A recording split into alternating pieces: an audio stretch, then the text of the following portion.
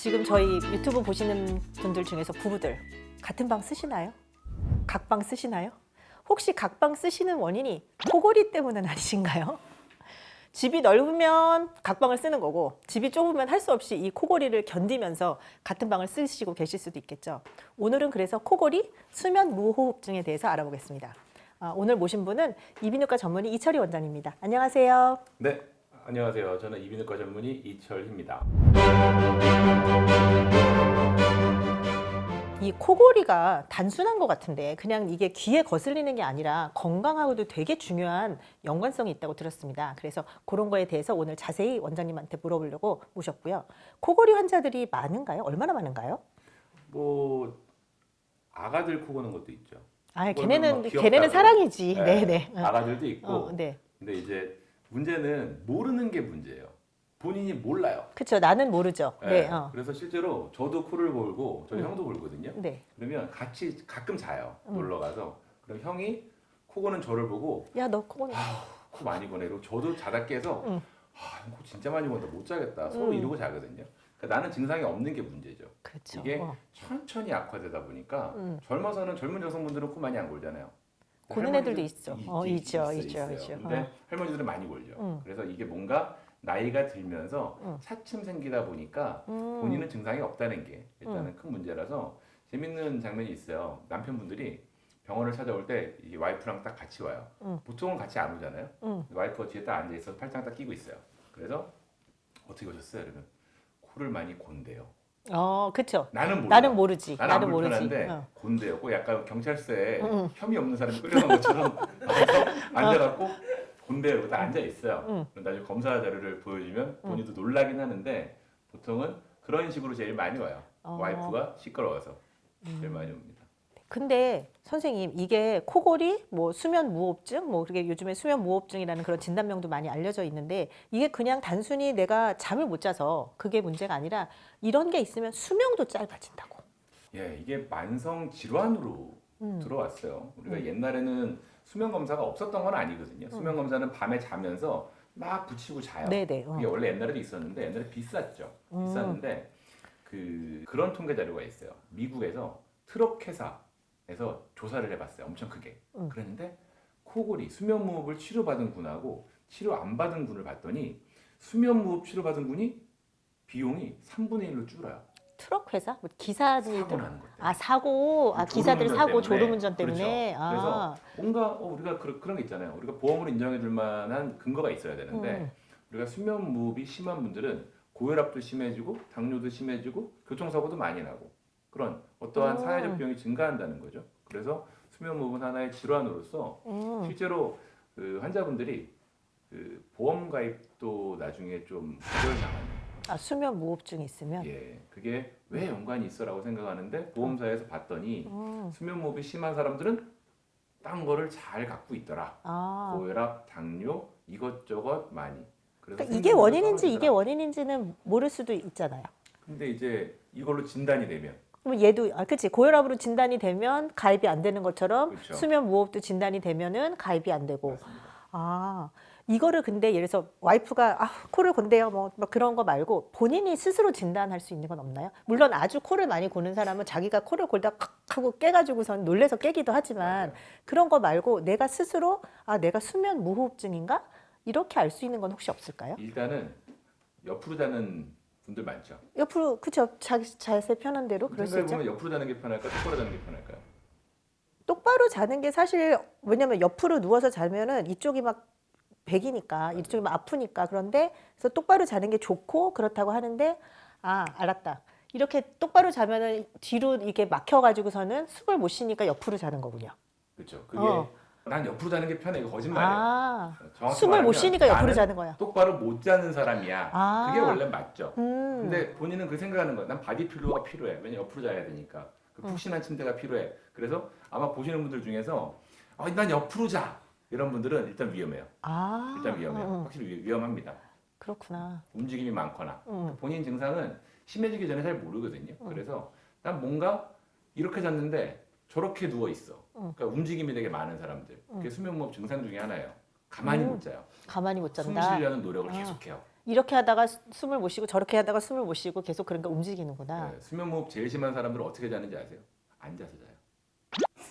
정말이요. 검사할 때 안 깨요. 안 깨고 앉아서 자요. 수면 다운 검사를 하면 이게 카메라가 비추잖아요. 그럼 네. 누워 있다가 그러면 그 사람이 앉는 거예요. 눕다가 옆으로 눕다가 엎드렸다가 나중에 안 되니까 이렇게 앉아서 이렇게 자요. 자는 자고 와중 있어요. 자고 안 깼어요. 있는데. 안 깼어요. 네, 앉아서 와. 자요. 이렇게 앉아서 자요. 본인은 몰라요. 와. 수면 자세로 일단은 알 수 있고 그다음에 또 그걸로도 많이 알아요. 요즘에는 30대인데 고혈압을 진단받았어요. 네. 가족력도 없어. 그런 분들 많이 와요. 나 혈압이 왜 올랐지? 막 찾아보면 거기에 수면무호흡이 있거든요. 맞아요. 제가 아는 분도 고혈압을 진단받고 그다음에 약을 계속 쓰는데도 그리고 자기는 뭐 식생활이고 뭐 운동이고 열심히 하는데도 혈압이 계속 올라가서 병원에서 그러면 수면 무호흡 검사, 수면 다운 검사를 해보자 그랬더니 코를 너무 많이 골아가지고 그래서 이제 양압기 하고 그러고 나니까 혈압이 정상. 맞습니다. 그렇게 너무 조절이 잘 된다고. 그러니까 고혈압을 진단받았는데 잘 조절이 안 되는 것도 그럴 수 있고. 그러니까 텔레비전 보니까 이게 영상이랑 보니까 뭐 혀를 내밀어서 내 목젖이 보이느냐 안 보이느냐 뭐 그런 것들도 있더라고요. 굉장히 중요해요. 중요해요? 네, 그게 얼만큼 정확하냐면 보험 기준에 있어요. 보험 기준에 그러면 그건 의사 선생님이 봐서 목젖이 보인다 안 보인다 하는 거죠. 그걸 어떻게 근데 그게 방법이 잘 안 나와 있어서 그러는데 입을 벌리라고 하면 한국 사람들은 입 벌리라고 진짜 열심히 벌려요. 그냥 입 벌리세요 그러면 벌리면 되는데 입을 이렇게 벌려요. 그거 말고 그냥 그래서 그거를 완화시키기 위해서 입을 벌렸다 다물었다 벌렸다 다물었다 그냥 네. 1초씩 이렇게 하면 좀 약간 근육이 이완되거든요. 네, 네. 그리고 벌린 상태에서 목젖을 봐요. 힘주지 말고 절대로 힘주면 안 돼요. 그래서 목젖이 안 보여. 그러면 4단계. 목젖이 잘렸어. 그럼 3단계예요. 이 두 개는 위험군이에요. 안 보이면 이렇게 핸드폰 이걸로 불빛 비춰서 보면 잘 보이거든요. 그래서 그거를 거울만 있으면 자가 진단이 가능하기 때문에 이용해 보시면 좋을 것 같아요. 그렇구나. 어쨌든 수면 무호흡증이 그러면은 왜 생기는 건가요? 원인이 뭔가요, 선생님? 제일 많이 물어보거든요. 그러면 뭐 고혈압은 왜 생기는 거예요? 뭐 이런 그럼 생각보다 복잡한. 너무 이게 큰 브로드한 질문이야. 간단하게 생각해 보면 좁은 거죠. 좁은 거예요. 숨 쉬는 길이 좁은 거죠. 눈이 작은 사람이 있고 볼살이 두툼한 사람이 있는 것처럼 그냥 구강 구조가 좁은 사람이 있어요. 좁은 거죠. 가족적으로 우리 얼굴 닮잖아요. 가족은 닮잖아요. 그래서 수면무호흡도 한 가족이 양압기 쓰고 있는 곳 되게 많아요. 여행 가면 양압기 방마다 되게 방마다 챙겨가요. 있어, 방마다. 네, 그게 얼굴이 닮는 것처럼 구강 구조가 닮기 때문에 특히나 이제 하악이 좀 작은 사람들 그런 사람들은 조금 불리해요. 그래서 주걱턱 있잖아요. 툭 튀어나오는 사람들 되게 좋아요. 그런 사람들은 코 골거나 뭐 수면 무호흡 있거나 그런 가능성이 보기에는 좀 그럴 수 있는데 근데 수면의 관점에서 보면 저 사람은 수면 무호흡 없겠다. 목이 짧은 사람 불리해요. 그래서 목 둘레도 재요 원래는. 우리 마이크 타이슨처럼 목 짧고 만약에 이게 턱이 무턱이라 그러거든요. 턱이 작아. 본인이 알아요. 위치하고 아래치하고 앞만 물려. 위에 치한 여기 있는데 아래 치한 여기 있어. 그럼 턱 작은 거거든요. 그런 사람들은 대부분 뒤에 숨 쉬는 게 좁을 수밖에 없어요. 평수가 작으니까. 그러니까 그런 사람들은 고위험군이다.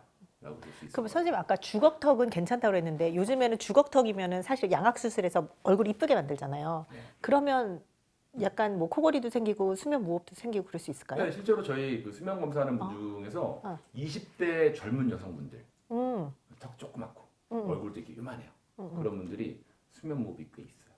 이쁜데 코를 엄청 골고 자다 그러니까 칵 너무 하고 싫은 깨고 나는 다 이쁜데 잠은 잘 수 없어. 난 다 완벽해. 근데 잠은 못 자. 잠은 너무 코를 골아. 그래서 검사 받으러 와요. 와 나는 특이하다 수면 특이하다. 검사에서 나는 이걸 고치고 싶은 거죠. 근데 그거를 지금은 다시 뺄 수도 없고 이제 다른 걸 해야지.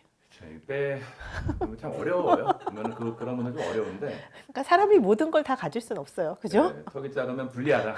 주걱턱은 유리하다. 이런 것들 막 안 좋은 물들 막 쓰시고 그러는데 확실합니다. 주걱턱이 유리해요. 네, 그럴 수밖에 없어요. 실제로 왜냐하면 수술을 그렇게 해요. 우리가 턱을 빼주는. 중증의 수면 무호흡에서는 우리가 이렇게 빼요. 우리가 그 치료 방법이 있거든요. 그럼 코골이 수술이 여러 가지가 있는데 가장 심한 단계 중증에서는 이렇게 빼요. 평수를 넓히는 거죠. 그러면 꽤 많이 줄어요. 주걱턱이 유리하다. 그건 확실합니다. 코를 안 골고 잠은 잘 자는데 외모는 약간 포기해야 되나? 아니 뭐 또 주걱턱도 이쁜 사람들이 있으니까 그건 보고. 다른 치료도 네네. 있으니까요. 코골이라고 하는 게 있고 뭐 보니까 목골이라고 하는 것도 있고 목을 곤다고 하는 것도 있고 그다음에 수면 무호흡증 이렇게 있는데 좀 어떻게 조금 구분해서 볼 수 있을까요, 선생님? 일단은 저는 이비인후과 의사 관점에서 코골이는 굉장히 장명을 잘했다고 생각을 합니다. 음. 코골이 왠지 이비인후과랑 좀 친한 것 같죠. 그럼 코를 고냐? 코를 어떻게 골죠? 코를 곤다. 이게 말로 따지면 이상한 것 같은데 실제로 코골이라고 하기에는 이름이 그런 거고 코에서 실제로 소리가 난다? 큰 소리가 그렇죠. 난다? 그렇게 따지면 네, 그럴 수 어. 있죠. 근데 실제로 떨리는 부위를 살펴보면 코는 떨리기가 그렇잖아요. 코가 떨리진 않죠. 그렇죠. 가장 가깝게는 목젖이 있을 거고요. 그 뒤에 혀 뿔이 있는데 거기랑 그 아래쪽에 여기 후두 있는데 이 세 군데가 떨리거든요. 사실은 굳이 한국말로 한다면 목걸이라고 하는 게 더 낫긴 한데 이름이 좀 이상하니까 그래서 코골이, 목걸이 이걸 구분하는 건 의미가 없을 것 같고 그러니까 소리는 사실 여기서 나는 게 코로 소리가 그렇죠. 나오는 거군요. 맞습니다.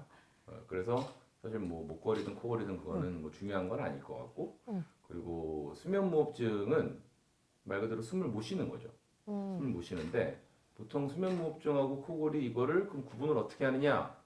그러면 방송 보시면서 병원 가봐야 되겠다, 아니면 내 남편 데리고 가야 되겠다 이러면 수면무호흡증이 있는 거예요 대부분. 저희가 실제로 검사했을 때 코는 엄청나게 보는데 수면무호흡이 없는 사람 발견하잖아요. 그럼 놀라요. 이야 드디어 왔다. 그냥 코는 많이 보는데 그런 사람은 많지 않아요 생각보다. 그래서 보통 병원을 갈까 말까, 저 사람을 병원을 데리고 갈까 말까 고민하고 있다면 아마도 그 부분은 수면무호흡이 있을 가능성이 높을 것 같습니다. 무호흡은 어쨌든 그러다가 숨을 못 쉬는 게 나오는 건데 숨을 못 쉬는 게 얼마나 자주 생기면 뭐 수면 무호흡이다 하는 무슨 진단 기준 그런 게 있나요? 횟수 기준이 있어요. 횟수 그러니까 기준. 질병으로 들어가는 건 뭐 1시간에 5번. 근데 환자분들은 뭐 이게 중요한 건 아니니까 뭐 5번 넘어가면 경증, 15번 넘어가면 중등도, 30번 넘어가면 중증. 근데 사실은 1시간에 30번 이상 숨을 못 쉰다고요, 선생님? 100번도 있어요. 100번이요? 1시간이 60분인데 100번을 숨을 못 쉰다고요? 코 안 고는 사람도 있어요. 아, 코를 안 골고 수면무호흡이 숨만 심해서 계속 그렇게 숨을 못 쉬는 거예요? 코골이를 못 골아요. 코를 골 수가 없겠네. 100번을 숨을 못 그냥 쉬려면. 옆에서 보고 있으면 10분 잔다고 치면 한 시간 60분이잖아요. 그럼 100번, 한 60만 돼도 수치가 60이야. 그러면 1분에 한 번 골 생기는 거거든요. 낮잠을 10분 자면 10번씩 옆에서 보고 있으면 10번 안 골아요. 근데 선생님 예를 들어서 우리가 그 수영을 하면 수영 들어가서 숨을 참잖아요. 그래봤자 뭐 한 1, 2분밖에 못 참는단 말이에요, 일반적으로. 그런데 지금 1시간에 뭐 60번, 100번을 그렇게 하면 이 사람은 숨을 그냥 못 쉬는 거잖아요. 그러면 이게 어떻게 되나요? 산소 포화도도 엄청 떨어지고 어떻게 이 사람이 살아갈 수 있지? 밤새 안 죽는 게 신기한데? 우리가 수면무호흡 심한 사람들은요. 네. 1년 생존율을 보기도 하거든요. 1년 생존율이요? 네. 암 중에서도 제일 안 좋은 게 췌장암 같은 경우에 2년 생존율을 보는데 수면 무호흡은 무호흡증 지금 말을 떨고 저기 뭐 더듬고 있어요. 수면 무호흡증은 1년 생존율을 본다고요. 근데 이제 이렇게 따지면 또 그 췌장암하고 비교하기 그렇지만 네. 아니 그러니까 그만큼 1년 안에 생존하는 게 높다는 거잖아요. 예, 이게 그 비만 저항기 증후군이라고 저희가 진단하는 게 있어요. 비만한데 실제로 숨 쉴 때 보면 여기 저희가 그 산소 포화도 보잖아요. 네네. 한 97% 정도 나오면 정상이잖아요. 근데 딱 와서 쟀을 때 90%가 안 되는 사람이 있어요. 아, 서서 돌아다니고 있는데요? 그냥 여기 그냥 앉아 있을 때 쟀는데 뭐 80%대, 뭐 90% 왜 삐삐 울리잖아요. 그렇죠. 저희 수술할 때 80 떨어지면 삐삐삐삐 예. 난리 나는데. 그런 사람들은 실제로 문제가 좀 심각하고 실제로 수면무호흡 심한 분들은 제가 항상 얘기하는 게 있어요. 저희 대장 내시경 할 때 수면 많이 하잖아요. 네네. 그때 꼭 얘기하라 그래요. 나는 수면 무호흡증이 있는 환자고 네. 뭐 근데 문제는 얘기를 하면 내과에서 아유 그러시면 종합병원 가세요. 여기서 하지 마세요. 못합니다. 근데 요즘에는 잘 알려져서 양압기를 갖고 와서 뭐 치료를 할 수 있는 게 있으면 그럼 해주는데 왜냐하면 그분들이 산소가 떨어지는 게 극단적으로 떨어지는 분은 제가 20%대도 봤어요. 20 이요? 29%. 산소 포화도라고 그러죠. 정상치는 97 정도고. 29면 이게 상상이 안 되는데요, 선생님. 실제는 27은 아닐 거예요. 이거 그러니까 네. 이거는 여기서 재는 거고 실제로 재는 거랑은 조금 그렇죠. 다를 수는 약간의 차이는 있으니까. 있는데 확실한 거는 절반 이상은 날아가는 거죠 몸에. 와. 그러니까 건강에 당연히 문제가 되겠죠. 그렇죠. 어쨌든 산소가 제대로 안 돌아가고 뇌로 안 돌아가고 있으면은 그거를 돌리려고 억지로 심장이 뛰어야 되고 그러니까 고혈압도 오고 뭐 폐도 안 좋아지고 지금 29라는 소리에 제가 지금 정신 나갔습니다. 와, 그러면 이렇게 그러면은 이런 수면 무호흡증이 지금 제가 좀 전에 말씀드린 대로 뭐 심장이라든지 뭐 심장병, 고혈압, 당뇨 그렇게 다 연관이 있다는 거죠, 선생님. 그렇죠. 근데 이제 이게 그 약간 누적되는 데미지 개념이라서 보통은 옆에서 수면 무호흡 있으면 막 깨우시는 분들이 있어요. 저래도 깨우죠. 숨을 안 쉬고 숨을 있는데. 안 쉬고 큰일 났다. 응. 그렇게 빨리 안 가거든요. 깨울 필요 없을 것 같아요. 이게 자꾸 잘 자고 있는 사람 깨워봤자 뭐라 그러겠어. 좋은 소리 못 듣거든요. 왜 깨워? 네, 그래서 그냥 저희가 그런 이슈는 있어요. 저희 수면 검사할 때 몇 프로대 소환자를 깨워야 되느냐. 네, 근데 저는 안 깨워요. 왜냐면 산소가 보통 이제 의사들이 긴장하는 수치가 영화에서 보면 막 난리 나는 거 있죠. 응급실에서 막 띠띠띠띠 하는 게 85%거든요. 그렇죠. 근데 저희는 50%대는 자주 보거든요. 60%, 70% 자주 봐요.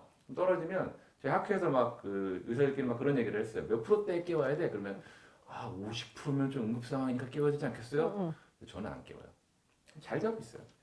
와, 그 깨우면 뭐예요? 잘 자고 있는데.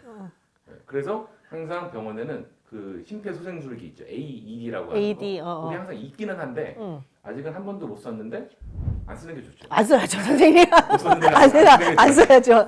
낙헌우드. 근데 기억할 건 그거예요. 이게 데미지를 먹기 때문에 이게 누적되는 거죠. 적금처럼 누적되다가 어느 순간 뿅, 어느 순간 뿅. 갑자기 젊은데 뇌졸중, 젊은데 갑자기 심근경색이 온다거나 아니면 뭐 보통 이건 많지는 않고요. 네. 보통 혈압이 생겨서 혈압약을 먹는데 컨트롤이 안 돼. 뭐 이런 거는 되게 흔하게 있어서 사실은 이거는 누적되는 데미지를 갖기 때문에 뭔가 질병이 생기기 전에 생각해 보면 고혈압이 생기기 전에 고혈압이 중증에서 40%가 넘게 생기거든요. 고혈압이 너무 심해서 이게 뇌혈관이 터지기 전에 고혈압 약을 먹는 것처럼 그렇죠. 수면 무호흡증이 너무너무 심해져서 정말 무슨 일이 생기기 전에 빨리 치료를 해야 되는 거죠. 그게 좋다는 거죠. 그게 훨씬 더 좋은 방법일 거고, 근데 이제 항상 보면은 본인이 자각하지 못하는 게 좀 어려운 거긴 합니다. 그래서 주변 사람들이 잘 관찰해 주시고 손잡고 병원에 데리고 와주세요.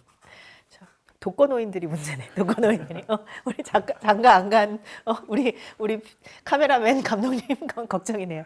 선생님 좀 전에 이제 그 병원에서 검사하는 거, 그 수면 다원 검사 말씀하셨는데 그런 거는 그러면은 병원에서 하룻밤을 다 자는 거예요? 아니면 뭐 몇 시간만 자는 거예요? 좀 궁금한데요. 보통은 이제 진료를 먼저 봅니다. 이게 필요한 건지 음, 이 환자한테 정말 필요한 검사인지 일단 진료를 보고 진료 봐서 보험 규정이 있어요. 아까 전에 했을 때 보이는 거, 뭐 고혈압이 있는지 없는지, BMI 수치도 잘 보시면 얼마나 뚱뚱한지, 비만이 네이버에 있는지. 보면 BMI 나오거든요. 체중하고 그 키하고 키의 제곱으로 나누는 나이는 왜 거죠. 입력하고 하는지 모르겠어요. 네이버에.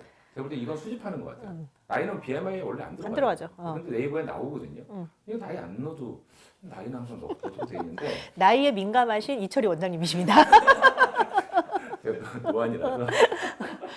그래서 그렇게 크라이테리아가 되면 보험 기준이 되면은 그렇죠. 그래서 30이 넘어간다. 고위험군이요. 아까 전에 제가 입 벌려서 볼 수 있는 것도 있고 그래서 뭐 여튼지 간에 30이 넘어가는 것도 이제 위험군이라서 그런 거를 봐서 그게 보험 기준이 되면 보통 대부분은 되시거든요. 그래서 보험 기준이 되면 검사를 잡아요. 날짜를 밤에 와서 하는 검사이기 때문에 미리 잡아서 밤에 한 9시, 10시 사이에 와서 자고 아침에 새벽 5시 정도, 6시 정도에 그 정도에 끝나거든요. 그래서 밤에 하는 검사이기 때문에 일단 밤에 그렇게 과정은 이루어진다라는 거고 끝나고 나서 이제 뇌파를 판독을 해요. 저희가 판독해서 급한 사람은 당일날 봐주는 경우도 있어요. 그래서 하루에 되죠. 오후에 와서 저녁 정도에 와서 진료 보고 미리 예약을 한 분들이요. 검사하고 다음날 아침에 판독까지 끝내서 다음날 아침에 뭐 치료 방법을 결정해서 사실은 얼마 안 걸리게 댁으로 치료 방법을 뭐 바로 드릴 수도 있는. 한국이 되게 좋아요. 외국은 안 그래요. 외국은 그렇진 않죠. 6개월 걸려요.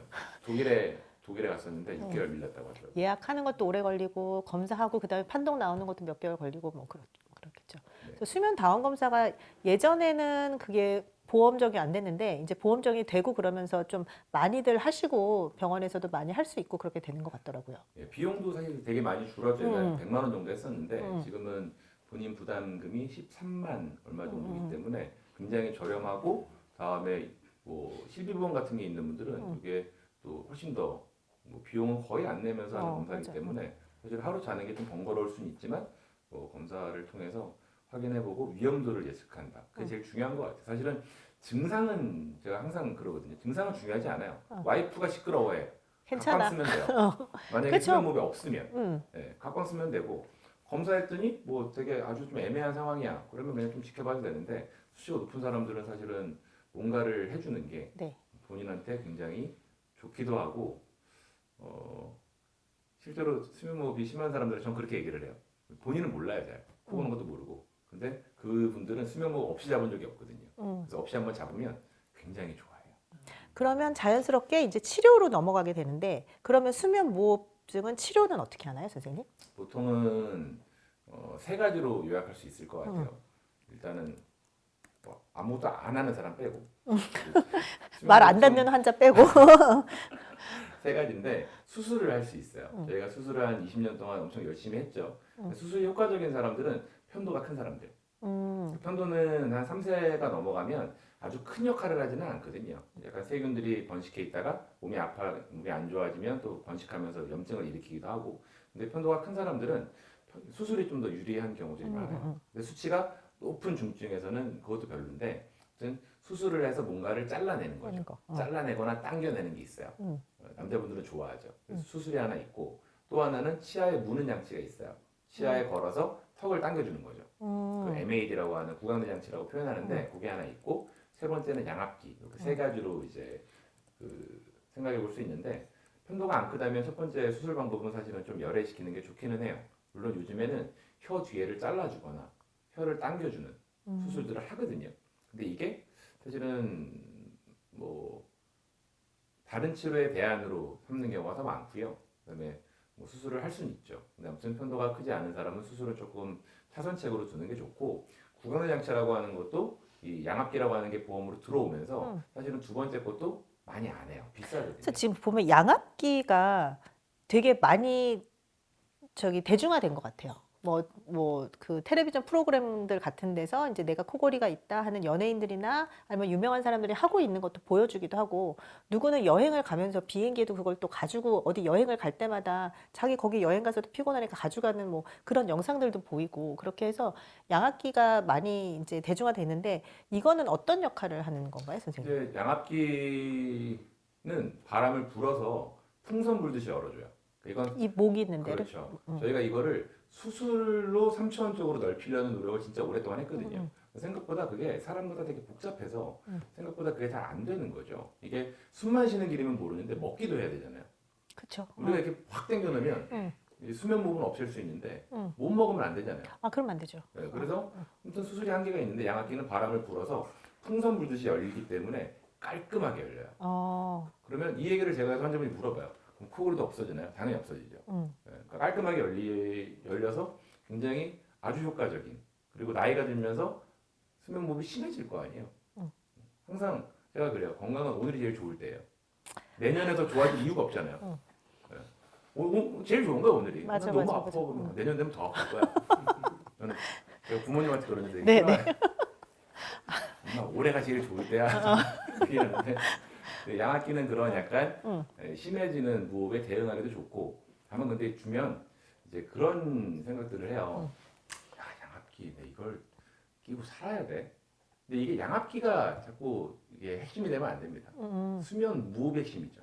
이거를 어떻게 해결할 거냐? 그러면 몇 가지 치료 방법이 있었잖아요. 이런 거 안 할 거면 두는 건데 두기엔 위험 부담이 커요. 그렇죠. 제가 아까 전에 실손보험도 가입 거절당하고 혈압도 올라가고 여러 가지 질병이 생긴다 그랬잖아요. 그래서 이런 것들을 다 설명해주고 나서 오케이 환자분이 알겠어 양압기 써볼게요 라고 들고 가잖아요. 처음에는 이랬던 분이 갖고 가서 수면무호흡 없이 자보잖아요.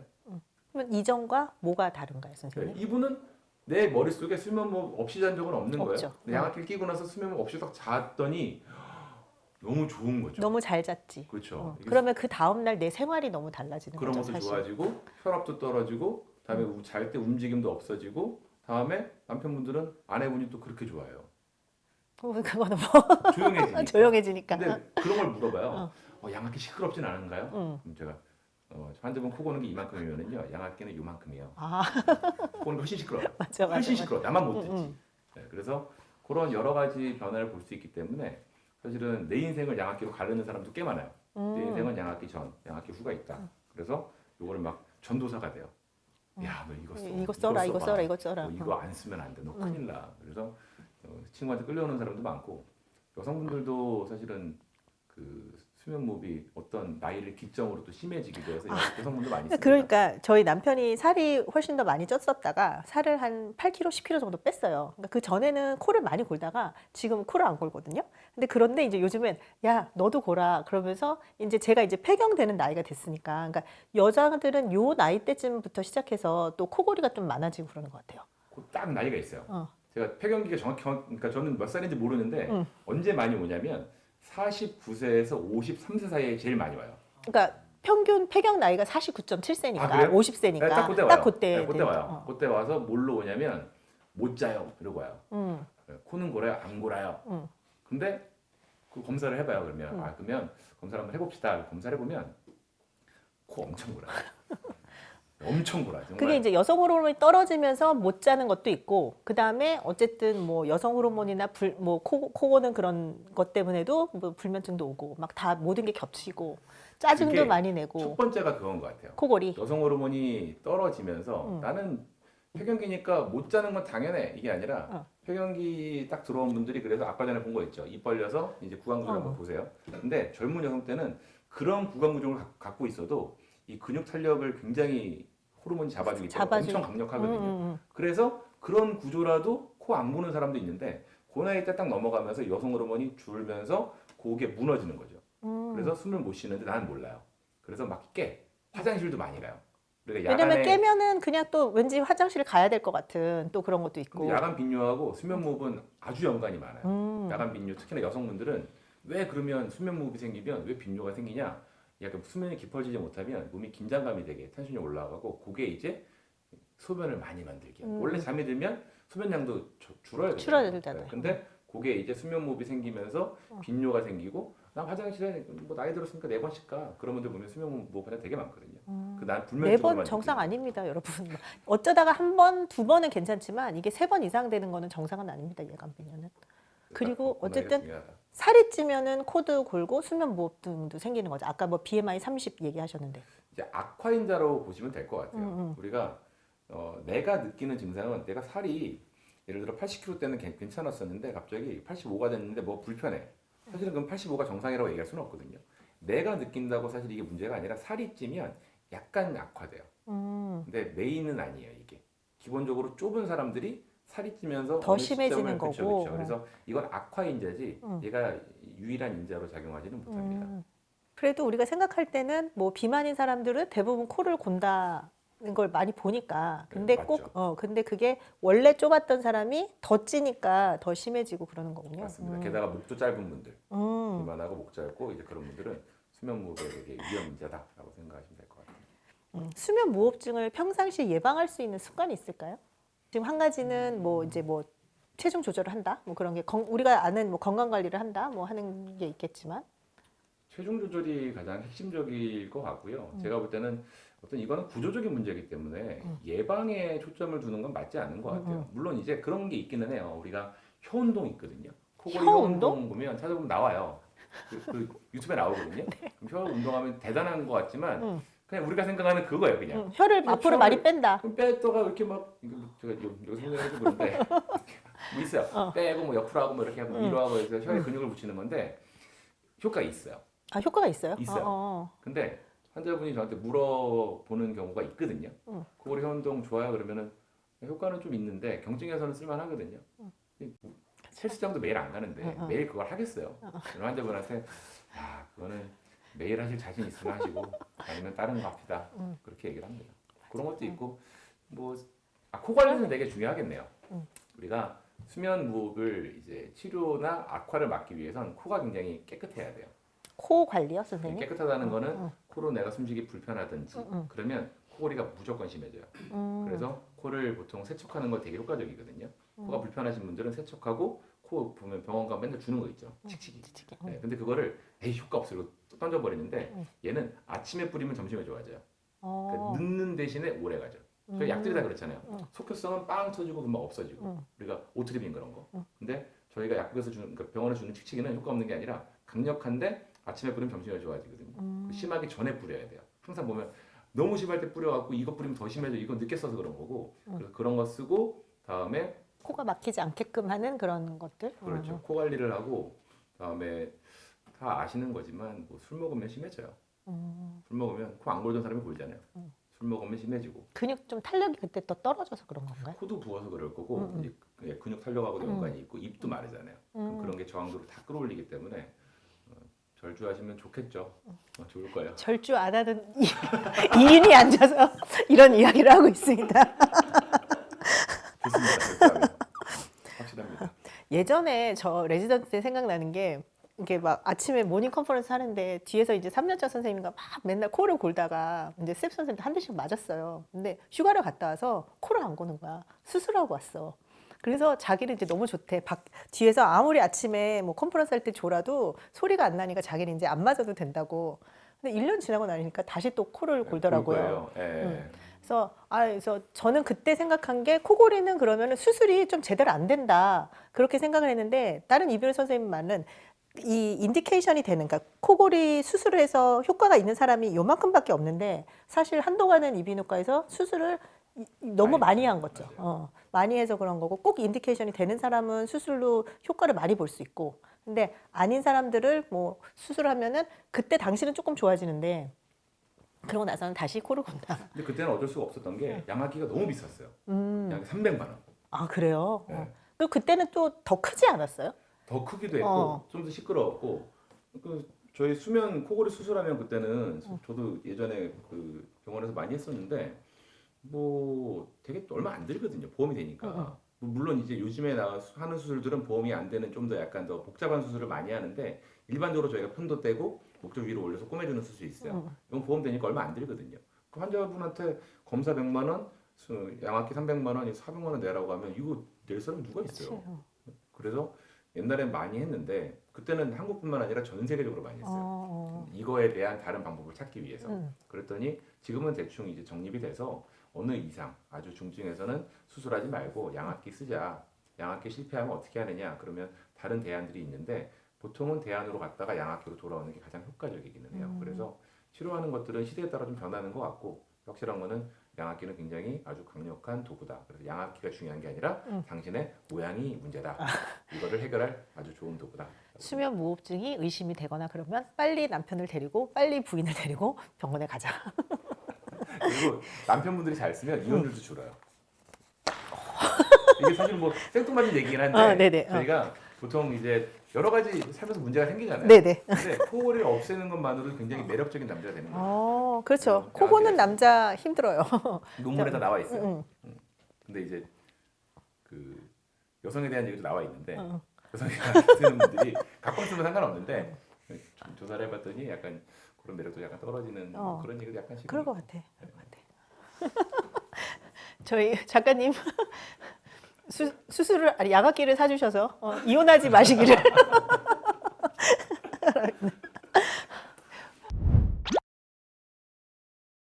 그래서 제가 이거 영상으로 나와도 되거든요. 저는 술을 먹으면 이를 갈아요.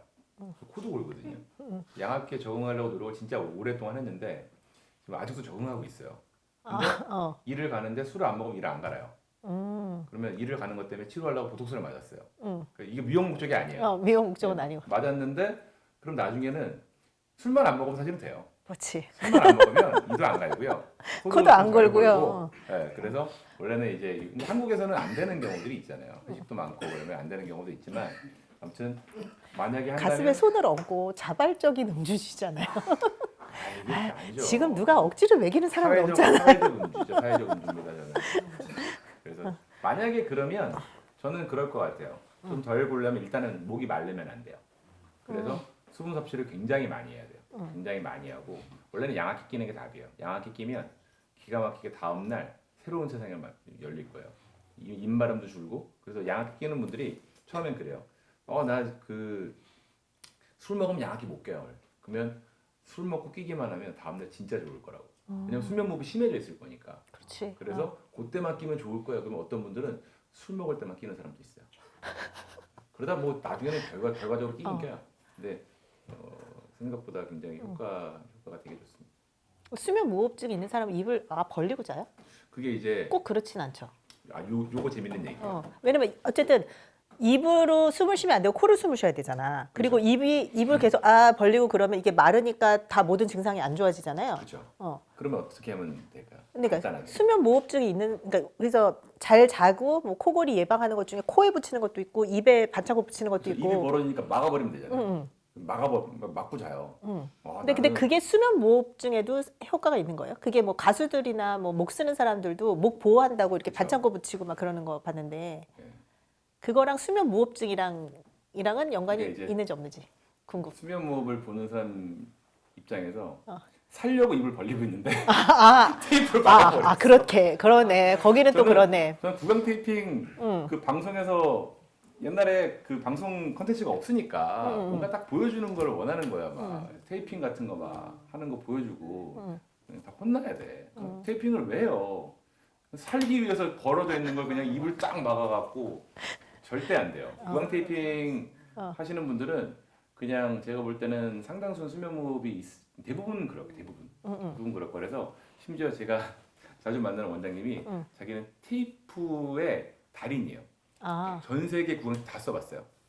한 제품 그거 그 일본 제품이 제일 좋대요. 그러니까 보통 3M만 붙이고 자는 사람도 있어요. 저희 그 살색 테이프 살색 있잖아요. 테이프 그냥 붙이는 요것만 거. 붙이기도 하고 그러니까 본인은 수면 무호흡은 없는데 구강 호흡만 있는 사람이라서 테이핑을 해야 하고? 된다는 거예요.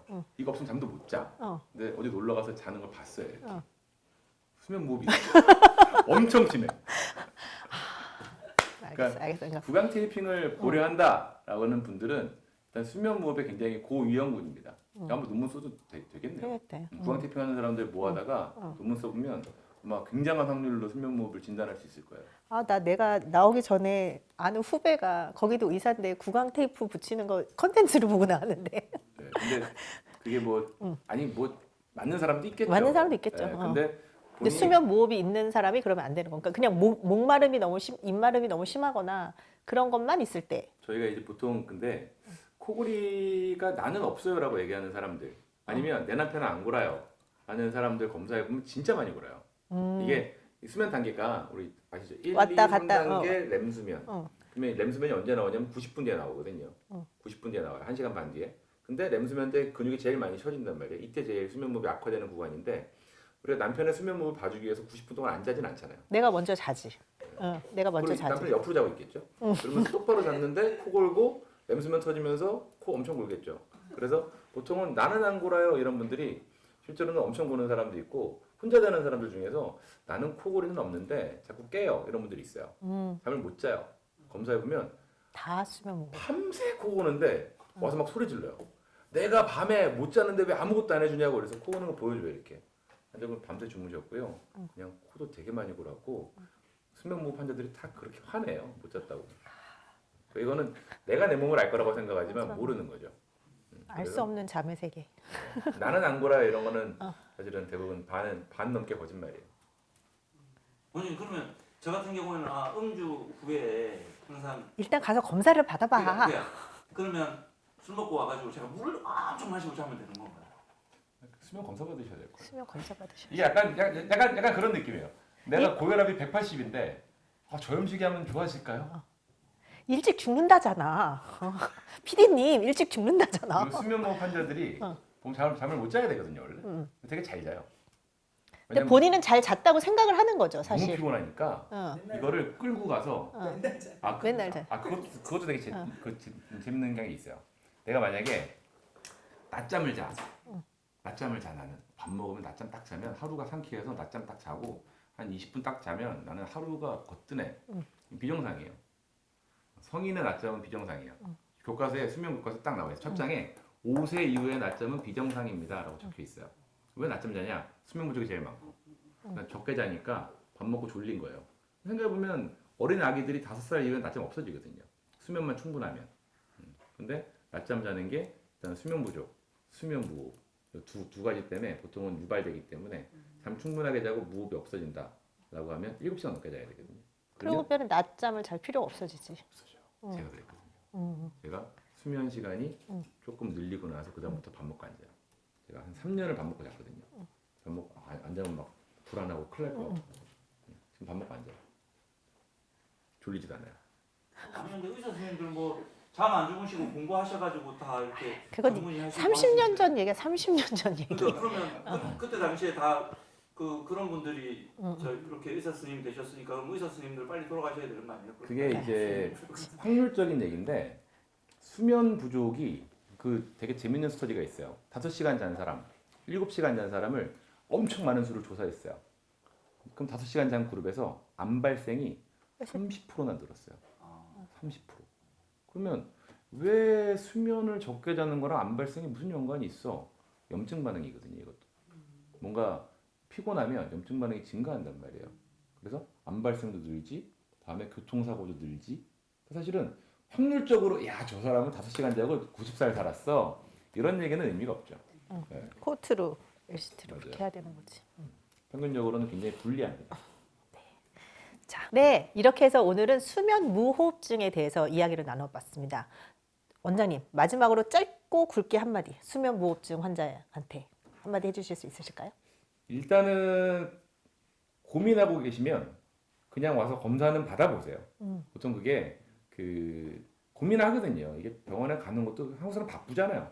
근데 고민되는 상황이다. 그러면 일단은 진료를 보고 검사에서 높게 나오고 안 좋으면 그만큼 치료를 통해서 굉장한 건강을 보존받을 수 있을 거로 생각이 됩니다.